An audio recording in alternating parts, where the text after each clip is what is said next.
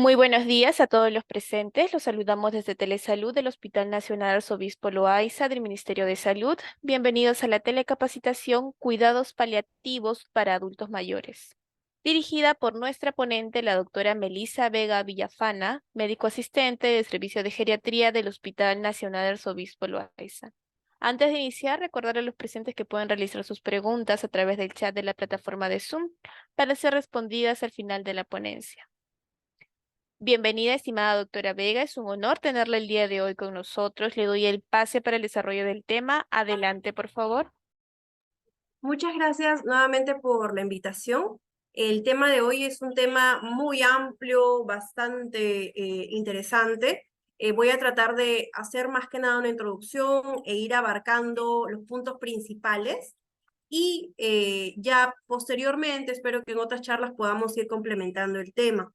Primero voy a hacer una introducción a qué son los cuidados paliativos, luego vamos a hablar de los principios de los cuidados paliativos, vamos a seguir con la valoración geriátrica integral, que es lo que hacemos nosotros como geriatras, un poco vamos a hablar del control de síntomas, principalmente del dolor, escalas de supervivencia que utilizamos nosotros como médicos, la guía de conversación dirigida a todos los médicos que van a ver a pacientes con enfermedades oncológicas o no oncológicas, terminales, y las conclusiones al final.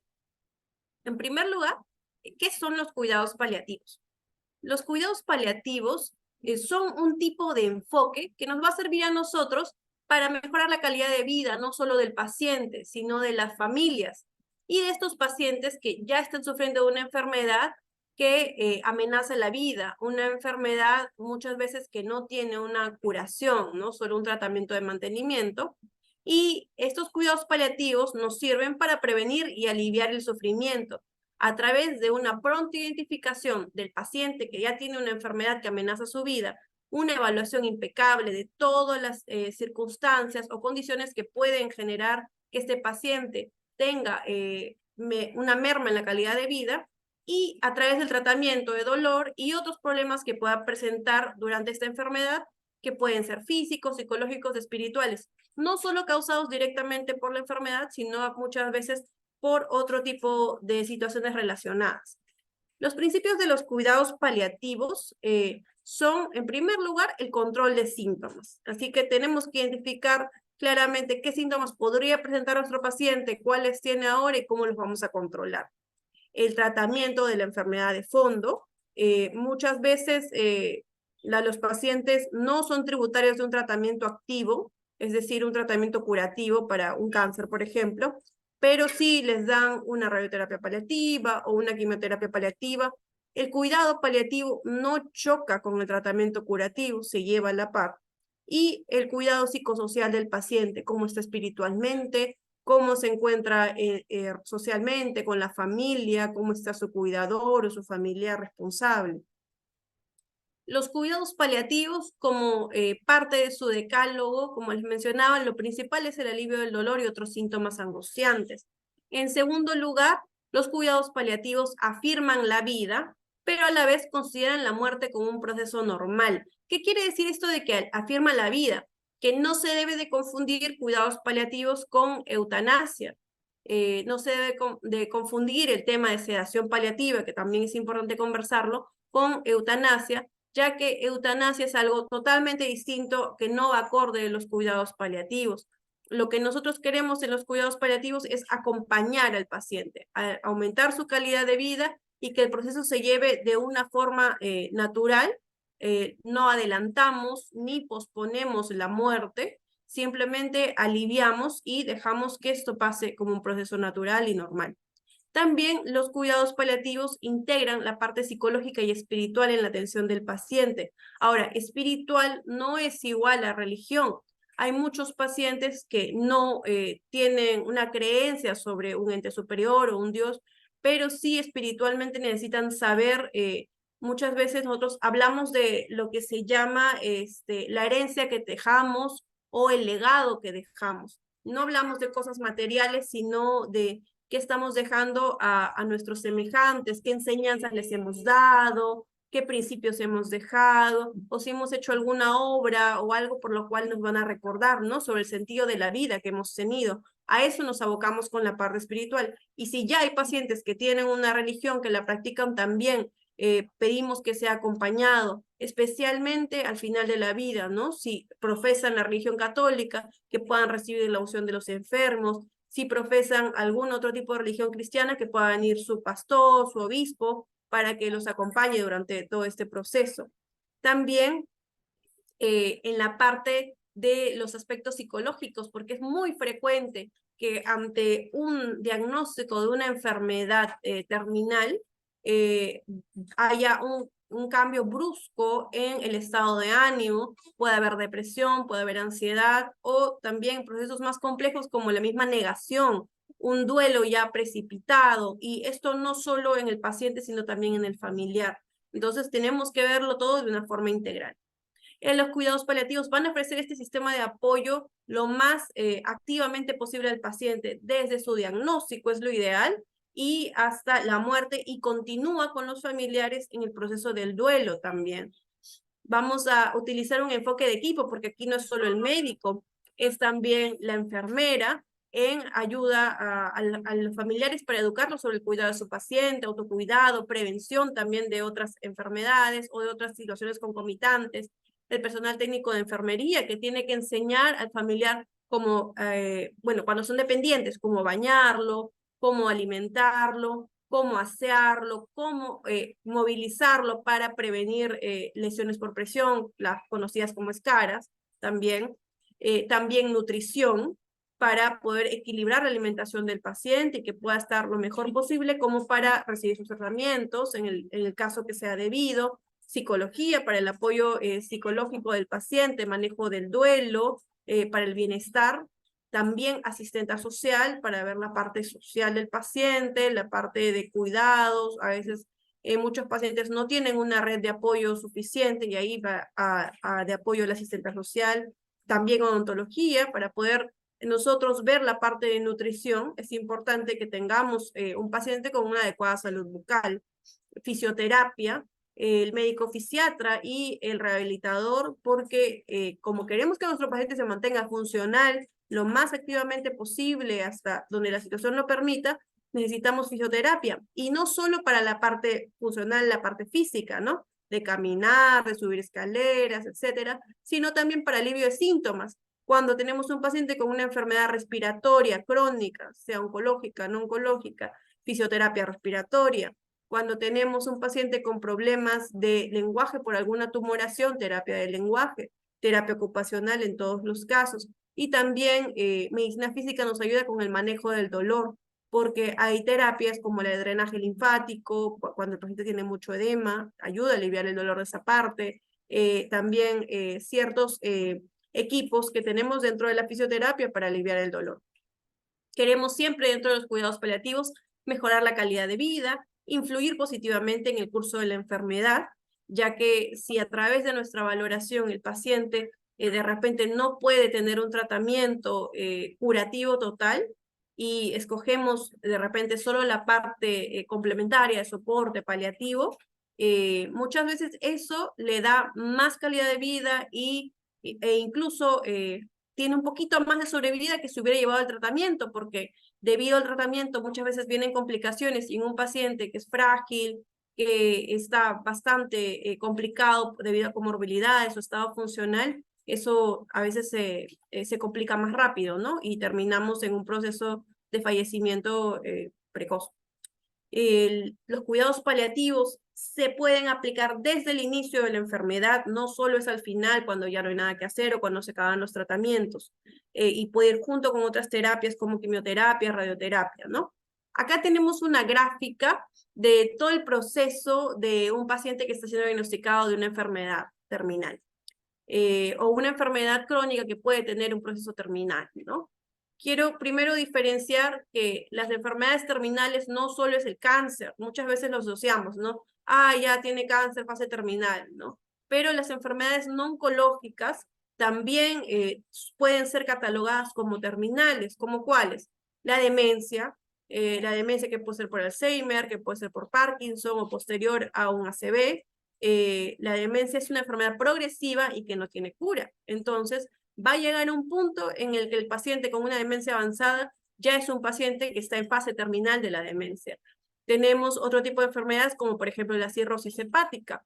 La cirrosis hepática cuando ya está en un child C ya es una enfermedad terminal y ya es un paciente que sí o sí debería estar recibiendo en ese momento, o bueno, desde antes, cuidados paliativos.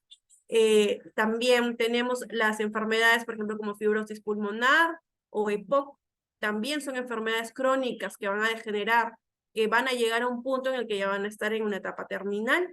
La enfermedad renal crónica, cuando el paciente ya está en un estadio final, cuando está en una RC grado 5, donde se ya habla de diálisis, ya también es una enfermedad terminal, ya está en una fase terminal. Entonces, en esta gráfica tenemos cómo iniciamos siempre con el cuidado preventivo, la prevención primaria. ¿Qué sigue luego cuando ya hacemos el diagnóstico de nuestra enfermedad? Que puede ser un cáncer, que puede ser una enfermedad renal, enfermedad pulmonar o también gastrointestinal, como la cirrosis, por ejemplo. Ya, desde ese momento del diagnóstico, nosotros tenemos que entrar con los cuidados paliativos. En esta gráfica van a ver que arriba de la parte de diagnóstico dice manejo de soporte. ¿Por qué tenemos ese término? Que es lo que se está adaptando muchas veces en muchos servicios, que para no ir con el paciente a generarle ideas de que, porque cuando tú escuchas, se va a cuidados paliativos, interconsulta cuidados paliativos, el paciente se hace una idea de que está muy mal, de que no quiere ir porque eso es para los que están ya en la última etapa, o de que ahí le van a dar medicinas que pueden adelantar su proceso. Entonces, en muchos servicios se tiende a cambiar el nombre, nada más de por la denominación, a manejo de soporte, porque eso es lo que hacemos, ir manejando los síntomas que tiene el paciente para hacer un soporte. Si el paciente, digamos, era una enfermedad que era, por ejemplo, un cáncer, un linfoma no Hodgkin, que tiene un tratamiento y que puede ser curativo, digamos que llevó toda su quimioterapia un año o 6 meses y se curó, genial, solo se quedó en manejo de soporte el paciente, no llevó a cuidados paliativos, entre comillas, y se curó, sigue sus controles, sigue manejo de soporte un tiempo más por si acaso, y ya no llegó, entre comillas, a cuidados paliativos, se quedó en soporte. Pero hay otros pacientes que llevan inicialmente un tratamiento curativo, generalmente las enfermedades oncológicas, empiezan con quimio, siguen en primera línea, no le va bien, bajan la cantidad de medicamentos, pasa a otra línea de tratamiento, o disminuyen la dosis de los medicamentos, pero no va bien, se complica, queda solo con radioterapia paliativa, pasó tiempo, va mermándose su salud, ya continúa ese manejo de soporte como cuidado paliativo. Pero, ¿qué es lo que estamos viendo actualmente? Que cuando recién suspenden todos los tratamientos, cuando recién suspenden quimioterapia, cuando recién suspenden radioterapia, y el oncólogo o el médico tratante, que puede ser radioterapia también, o de otras especialidades, cuando ya está el paciente que ya no puede venir a la consulta, que ya no hay algo extra que darle y tiene muchos síntomas, mucha carga de síntomas, le dicen, ya, anda al geriatra o anda a cuidados paliativos para que te vean. Y no es que sea muy tarde porque siempre podemos hacer algo, siempre se puede hacer algo en paliativos, pero sí hemos perdido mucho tiempo valioso y hemos mermado mucho la calidad de vida de nuestro paciente hasta ese punto donde recién ha llegado. Entonces, podemos ir poco a poco desmitificando que los cuidados paliativos son al final de la vida o cuando ya se acaban los tratamientos. No, los cuidados paliativos van a la par de, el cuidado curativo, del tratamiento curativo. Van cambiando, sí, cuando el paciente está cercano a la muerte, porque ya hacemos cuidados al final de la vida, vamos retirando medicamentos que ya el paciente no necesita, vamos conversando con los familiares sobre el cambio de las medicinas que vamos a hacer, cómo vamos a ir manejando las siguientes etapas, pero en sí el cuidado paliativo debe continuar, bueno, debe iniciar desde el diagnóstico, continuar hasta después de la muerte con el manejo de duelo de los familiares. Nosotros como geriatras tenemos nuestra gran herramienta que es la valoración geriátrica integral. es una herramienta donde nosotros podemos hacer una evaluación total del paciente, no solo de la parte clínica, que es decir, las enfermedades que tiene de fondo o comorbilidades, sino vemos también la parte nutricional, vemos la parte funcional, vemos la parte cognitiva, la parte psicológica, emocional, la parte social, el apoyo del paciente y otras condiciones de salud que puede tener asociadas que nosotros le llamamos síndromes geriátricos. Según la valoración geriátrica integral, nosotros podemos tener mucha más información que con una historia clínica habitual. Podemos detectar mayores déficits en el paciente, mayores condiciones que pueden mermar su calidad de vida. También tenemos escalas para predecir la toxicidad por quimioterapia. Tenemos escalas para predecir la mortalidad o supervivencia del paciente, predecir el deterioro que podría sufrir el paciente, el deterioro funcional y en cuánto tiempo, y clasificar al paciente para la toma de decisiones. Todo paciente adulto mayor que tenga una enfermedad crónica o una enfermedad que pueda llevarnos a un estadio terminal, oncológica, no oncológica, debe pasar por una valoración geriátrica integral, porque allí nosotros clasificamos al paciente y lo clasificamos principalmente entre un paciente robusto, un paciente prefrágil y un paciente frágil. Esto en grandes términos.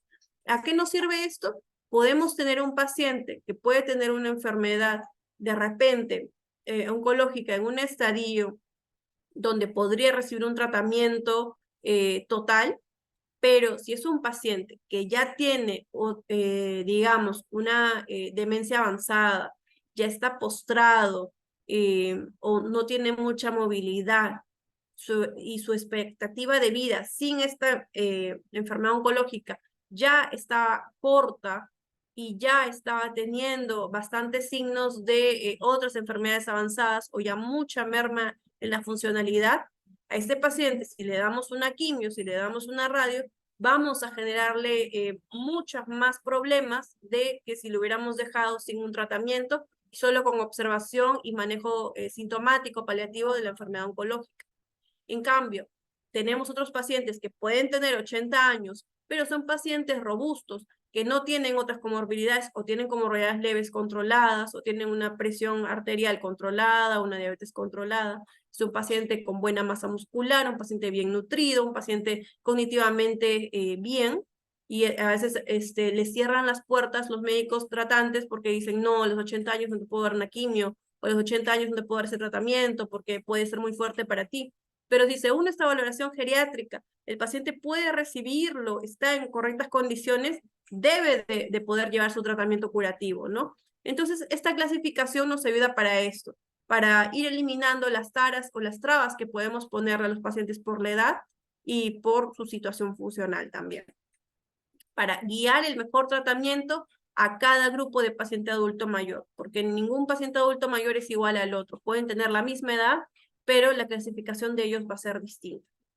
Entonces, dentro del control de síntomas de los pacientes, que es lo principal que queremos, y como aquí sé que tenemos médicos que trabajan en el primer y segundo nivel de atención, ustedes pueden empezar a abordar estos pacientes desde el control de síntomas. Un paciente, antes de iniciar tratamientos de quimioterapia, de radioterapia, tiene que saber cómo va a ser todo este proceso. Y si bien el oncólogo o el radioterapeuta le puede explicar, a veces es necesario explicar mucho más tiempo o hacer mayor hincapié en eso, ¿no?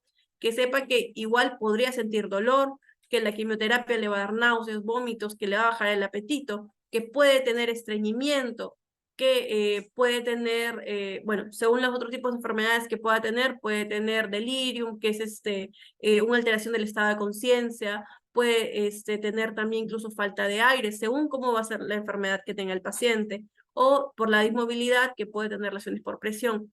Entonces, tenemos que ir abarcando esto y darle tratamiento a cada uno. En un paciente que yo sé que va a iniciar quimioterapia, tengo que haberle indicado sí o sí que debería tomar si es que se estriñe.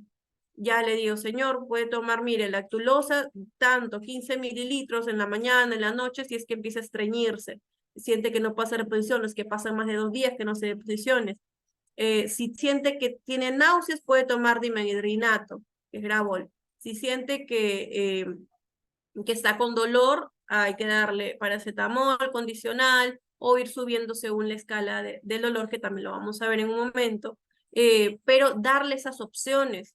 Así prevenimos que el paciente, uno, que se espere como una semana o 15 días hasta la próxima consulta y esté con todas las molestias, o que termine yendo a emergencia porque tuvo náuseas que no supo manejar en casa, o estuvo estreñido, que de repente termina impactado con una impactación fecal, porque no prevenimos eso. Entonces, siempre desde antes de que inicie los tratamientos, explicarle esto.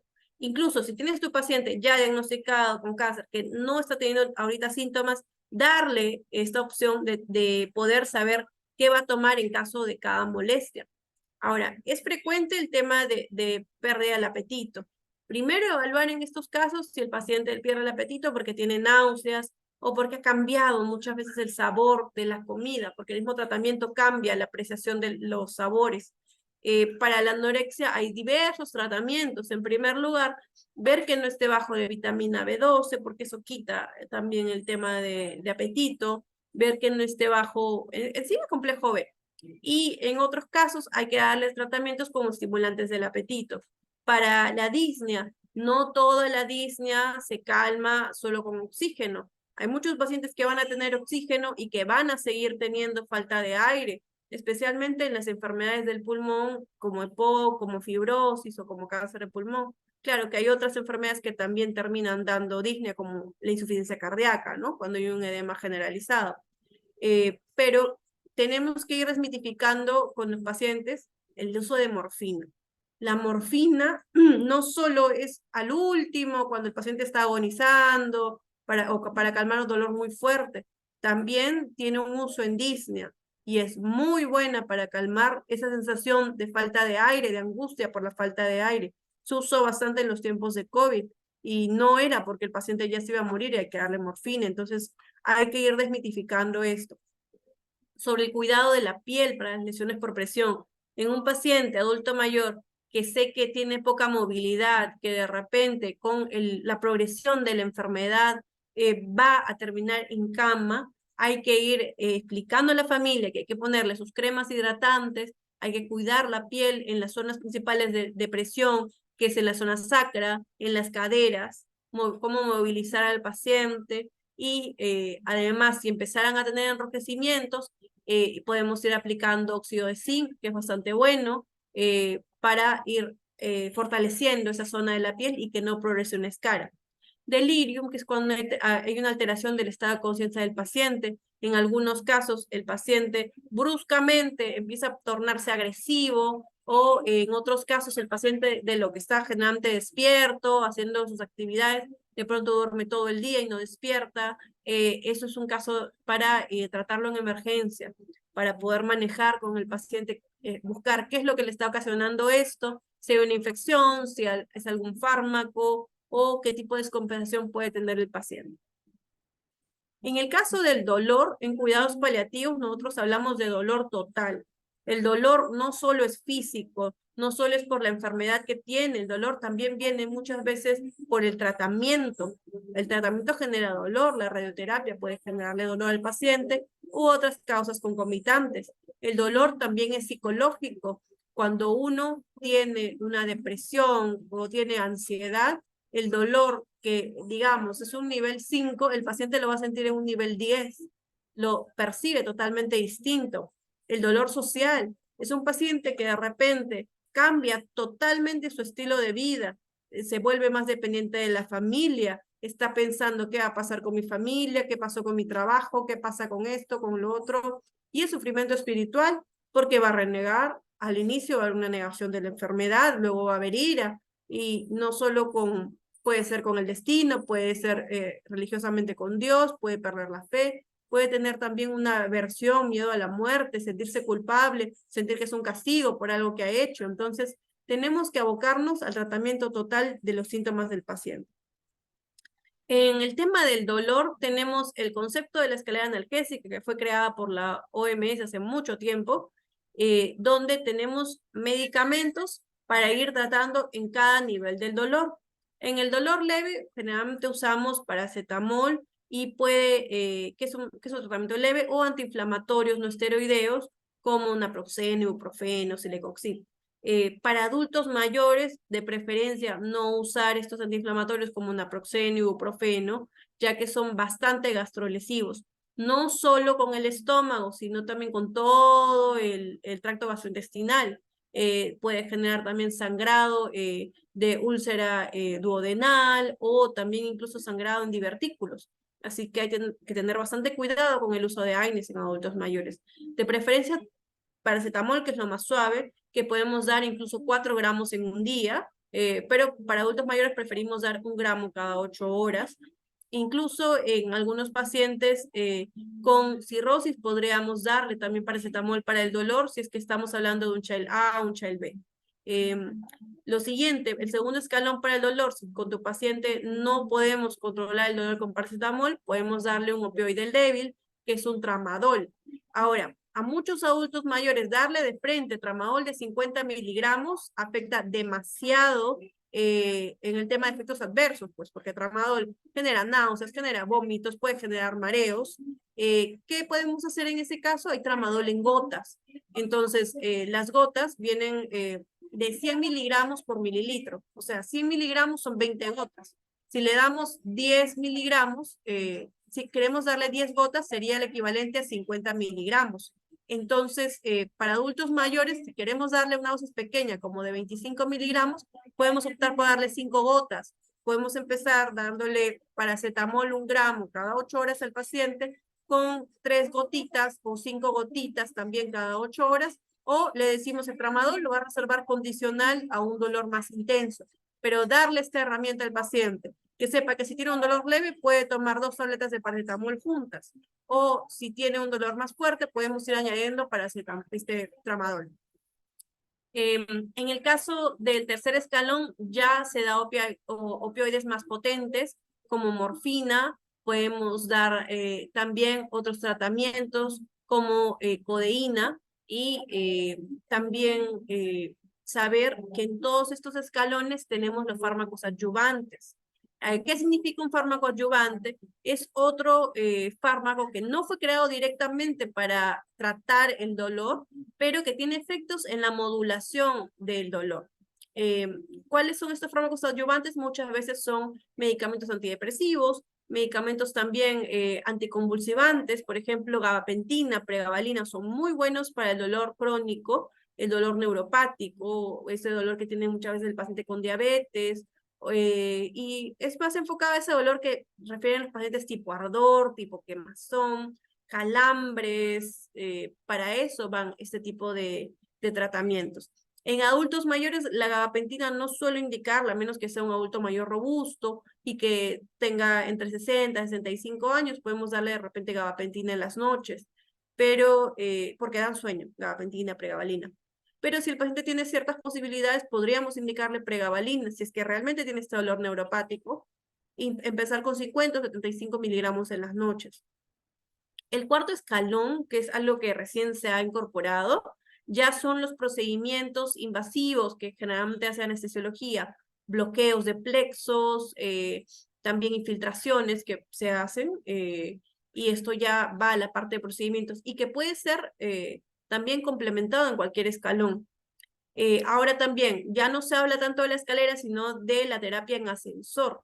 Digamos que estás atendiendo en emergencia a, a un paciente, bueno, llega tu paciente con un dolor 10 de 10, muy fuerte. No vas a empezar ya, señor, tome su paracetamol y si no le calma le voy a dar tramadol. No. Si es oncológico y realmente ya está usando opioides, podemos escalar morfina en ese momento y luego controlar con la terapia de tramadol si se puede subir todavía o aumentar otros adyuvantes también. Pero si ya con un dolor 10 de 10 y nunca ha usado nunca ha usado nada para el dolor, podemos iniciar con tramadol. Vamos a ir probando. Pero sí, ahí en esos casos no empezamos con el primer escalón, ¿no? Sobre escalas de supervivencia, nosotros como geriatras las utilizamos, pero me gustaría contarles esto a los médicos de primer, segundo nivel de atención, no para que le digan al paciente te queda menos de un mes, sino para que sepan ir planteando objetivos con el paciente, con la familia, e ir adelantándoles un poco lo que se va a venir. Nosotros no solemos decir, señor, le quedan 6 meses de vida, le queda un mes, dar pronósticos. Estas escalas tienen una sensibilidad, especificidad 85%, 90%, ¿no? Siempre hay un punto que se te escapa y lo mejor es siempre decirle la expectativa es corta o estamos hablando de menos de tanto tiempo, un aproximado de tanto tiempo, para que puedan ir haciéndose ideas, ¿no? Pero no para nosotros darnos de Dios, de decirle tiene este tiempo exacto. Esta escala es el PAP score, nos sirve para pacientes oncológicos y no oncológicos y nos ayuda a predecir más o menos la posibilidad de supervivencia a los 30 días. A veces nos ha llegado pacientes a consultorio que venían en muy mal estado y que tenían la cita para tomografía para el otro mes, para diagnóstico, biopsia de acá a un mes y medio. Y era un paciente que ya venía en silla de ruedas, que ya tenía incluso metástasis, y que le habían pedido todos estos estudios para complementar y ver si podía dar un tratamiento. Yo creo que de repente a veces es parte de la familia que sí quiere un tratamiento sí o sí, o a veces es parte del mismo médico tratante que desea darle más expectativa al paciente, pero hay que siempre valorar a qué pacientes podemos ofrecerles ciertos tratamientos y a cuáles otros este tratamiento les va a hacer peor, ¿no? Entonces, en este paciente que llega ya en mal estado, ¿no? Al consultorio y que te dice que va a hacer todavía, le falta la biopsia, que le falta la tomografía, pero ya tenemos ciertas imágenes que nos van indicando ciertos indicios que hay metástasis, por ejemplo, paciente con una ecografía que nos sugiere una masa en páncreas y que ya lo ves ictérico, ya sabes que de por sí ya fue a vías biliares. Entonces, viene el paciente en silla de ruedas porque ya no puede caminar, haces tu escala y ves que tiene una posibilidad de menos del 30% a sobrevivir en 30 días, vas hablándole de que ya no es tan necesario que se haga la tomografía o de que sigan llevándolo por los especialistas al hospital porque es mayor sufrimiento al paciente, la movilización le duele, va perdiendo tiempo valioso que podría pasar en casa con sus seres queridos o haciendo actividades que a él le ocasionen un significado, ¿no? Y tenemos otras escalas que también son para más tiempo, ¿no? Para ir viendo si el paciente, cuál es su mortalidad a los 6 meses, ¿no? Como paliar. Vuelvo a poner esto porque me parece que es muy importante que conozcamos que las escalas de supervivencia nos ayudan para ir cambiando cómo va a ser nuestro manejo de soporte durante la enfermedad del paciente.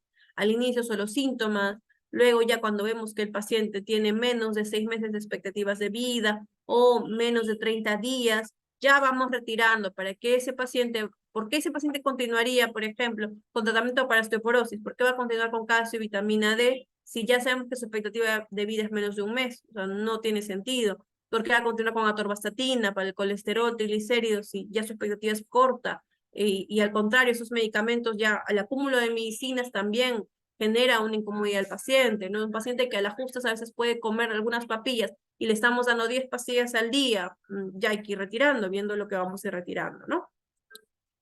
Sobre la guía de conversación, esto es bastante importante para todos los que hacemos cuidados paliativos y para los médicos de primer y segundo nivel de atención, más porque tienen más tiempo con el paciente, más cercanía al paciente, más tiempo para la consulta y es más fácil que allí llegue el familiar, ya que la consulta en el primer nivel de atención es más cerca al domicilio del paciente. Es importante que apenas nos llegue el paciente a nuestra consulta, podamos hacer una planificación, una guía, confirmar con ellos que conocen de su enfermedad y plantear un plan con ellos, un plan de acción.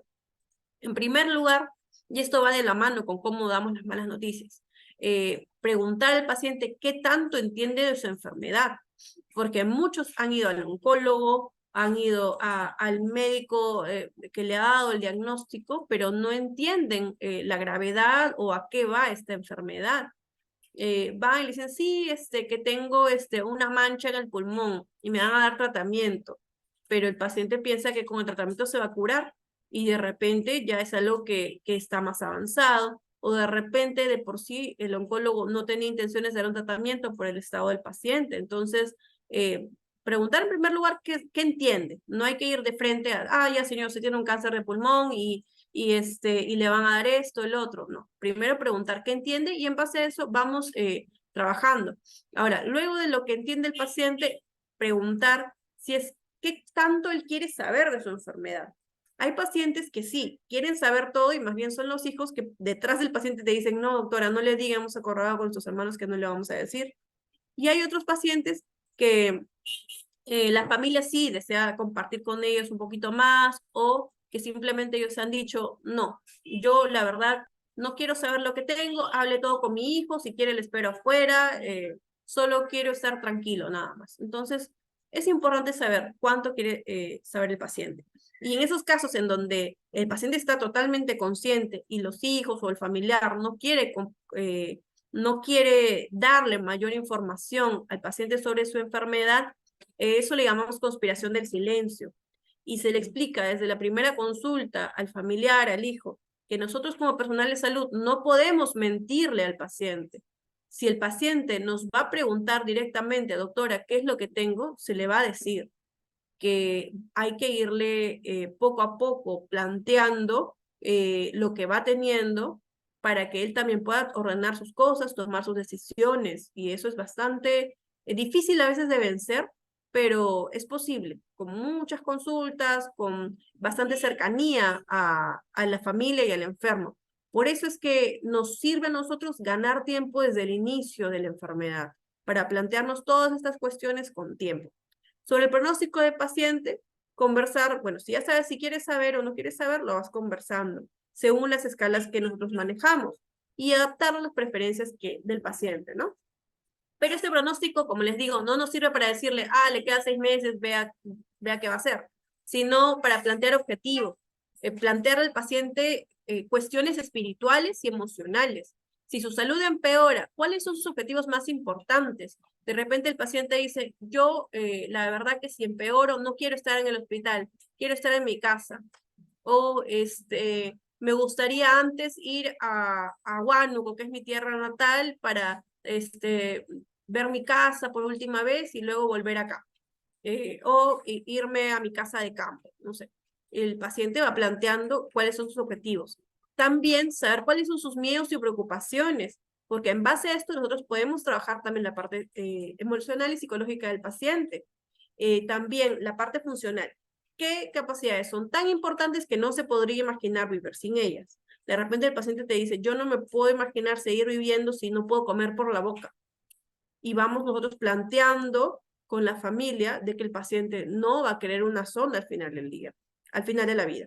Generalmente en pacientes con demencia se opta por ponerle sonda porque ya no pueden comer por la boca y ya se ha planteado muchas veces que eso no debería de ser para el paciente con una demencia avanzada, ¿no? O con muchas enfermedades también al final de la vida, porque cuando ya estamos cerca de la muerte, es normal que el paciente vaya a dejar de comer o vaya a mermar muchas capacidades físicas, ¿no? Entonces, algo que queremos compartir también es que así como nosotros vemos la muerte como un proceso natural, que llegue el momento que tenga que llegar, tampoco prolongamos demasiado eso. La parte de sacrificios, si se pone más enfermo, ¿cuánto está dispuesto a sufrir por la posibilidad de ganar más tiempo? Este tipo de conversaciones son importantes porque si no, vemos familiares o hijos que van buscando a veces a toda costa y se entiende por el amor que le tienen al paciente, buscando que sobreviva a todo costo. Si tiene que ir a UCI, que vaya a UCI. Si lo tienen que intubar, que lo intuben. Si le tienen que poner una sonda, que le pongan una sonda. Si tienen que operarlo, así sea solo para abrir y cerrar y ver qué tenía, de dónde venía el dolor o tal síntoma, que lo hagan. Y ya en ese punto, a veces el paciente ya no tiene cómo tomar decisiones y la familia va haciendo todo lo posible por alargar, pero ya no es alargar una vida, ya es prolongar la agonía. Por eso es importante que todo esto que estemos conversando lo planteemos y lo dejemos escrito en la historia clínica. Si el paciente sabe que tiene una enfermedad terminal y ya nos ha dicho previamente que no desea una sonda nasogástrica, que no desea ir a UCI o que no desea medidas de reanimación, anotarlo en la historia clínica, incluso que lo firme el familiar si es posible, para poder apoyarnos en eso y respetar las voluntades del paciente. También conversar con el paciente, si en caso no se encuentra el familiar, que conoce su familia sobre sus prioridades y deseos. Y no está mal hablar de la muerte. Muchas veces lo tenemos como un tabú. No está mal porque al final familiares que nos quedamos también, el haber hecho las cosas como nuestro familiar quería, nos va a garantizar mucha tranquilidad en el momento del duelo, porque vamos a saber, se fue sin dolor, se fue como había querido, estando en la casa, estando con sus mascotas, estando con su familia, se fue en paz, vino el pastor, el padre a visitarlo, no estuvo hospitalizado porque no quiso, pero ya era una decisión que él tenía planteada, o sí visitó su chakra cuando quiso ir, fue a su otra casa antes de partir, entonces se va tomando y uno tiene eso como también un consuelo en la parte del duelo. Esto es lo que les mencionaba sobre prolongar la vida versus retrasar la agonía. Ya son conflictos éticos que tenemos que ir planteando desde el comienzo con el paciente y el familiar. Ahora, van a haber muchos pacientes que van a decir, yo, póngame sonda, llévenme a UCI, llévenme a esto, porque yo quiero vivir hasta que mi hija se case y quiero estar presente o hasta que mi hijo venga del extranjero. Entonces, por favor, yo quiero estar. Entonces, hay muchos pacientes que no con todo se pueda hacer el ideal de cuidados paliativos, a pesar de que se les plantee todo, pero al menos tratar de que en la mayor parte de pacientes que veamos, poder darles el enfoque, poder cambiar un poco el chip, tanto a nosotros como médicos, como a los familiares y a los pacientes. Y plantearnos siempre cómo deseamos pasar el final de la vida. Ya más allá del tema de pacientes y de nosotros como personal de salud, vernos también nosotros como personas. Hemos hablado con nuestra familia, si mañana más tarde tengo un accidente fatal o de repente se me diagnostica una enfermedad, ¿cómo quiero estar al final de mi vida? O hemos hablado con nuestros padres, con nuestros abuelos, si pasara algo, desearían ir a UCI, desearían intubarse, desearían estar con sondas o desearían estar en casa si tuvieran alguna enfermedad terminal. Entonces, tengámoslo como reflexión. Los cuidados paliativos, cuando están desde el inicio de la enfermedad, cuando no hay nada más que hacer, siempre hay algo que hacer. Cuidar siempre es posible, no dejemos a nadie atrás, no digamos a nadie ya no hay más que hacer, hasta acá llegó, vea paliativos. No, paliativos está desde el comienzo para cuidar a todos y incluso terminado el proceso del paciente, está para la familia, para brindarles apoyo en el duelo. Hay que ir generando una equidad al acceso para cuidados paliativos y quiero que se quede para los colegas que están en primer y segundo nivel de atención, que puedan referir a los adultos mayores con enfermedades crónicas, sean oncológicas o no oncológicas, a geriatría, para poder también apoyarlos y guiarlos en su proceso. Y ustedes que van a ver también pacientes jóvenes que muchas veces no son abordados todos sus síntomas por el médico especialista, traten de ayudarlos a prevenir los síntomas y a controlar en lo más posible. Yo espero que podamos ampliar a próximas sesiones que sean más enfocadas ya a cada uno de los síntomas para poder ampliar, porque cuidados paliativos es bastante amplio, aborda mucho, es tema de solo especialidades, una especialidad médica, es una maestría de 2 años, incluso en diplomados tampoco se abarca todo, así que espero al menos haber cambiado un poquito el chip y sembrado algo para que puedan ir indagando y, bueno, interesándose un poquito más en esta rama bonita de la medicina. Muchas gracias, estoy atenta a las preguntas. Muchísimas gracias y felicitaciones, doctora Vega. Su ponencia se ha desarrollado de forma clara. Por favor, ¿podría brindarnos alguna otra recomendación final?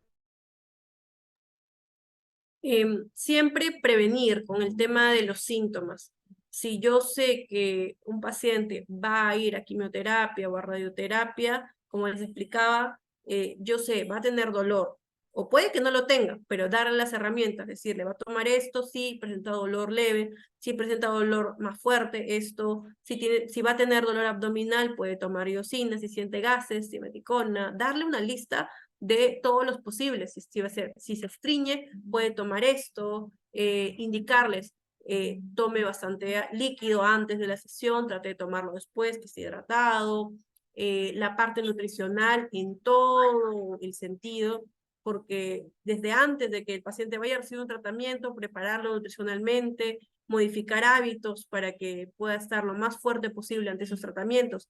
Y si es un paciente que no va a recibir tratamientos curativos, tratar de igual mantener la calidad de vida en todas las esferas que hemos mencionado y tratar de derivarlo al especialista, bueno, al geriatra en este caso con nosotros, para poder abordarlo en todas esas esferas y poder brindarle todos los cuidados desde el inicio.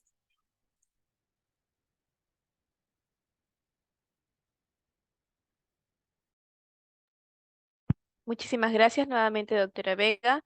Al ver que no hay dudas de los participantes, pasaremos a agradecer a todos por su participación y los invitamos a suscribirse a nuestro canal de YouTube. Nos pueden encontrar como Hospital Nacional Arzobispo Loaiza. Ahí podrán ver nuevamente las telecapacitaciones y tele-IEC. De igual manera, pueden escribirnos en los comentarios otros temas de interés que les gustaría que se tocaran próximamente. Y con nosotros sería hasta una próxima telecapacitación, doctora. Ha sido un honor tenerla el día de hoy con nosotros. Esperamos tenerla en una próxima oportunidad para que nos siga informando. Muchísimas gracias.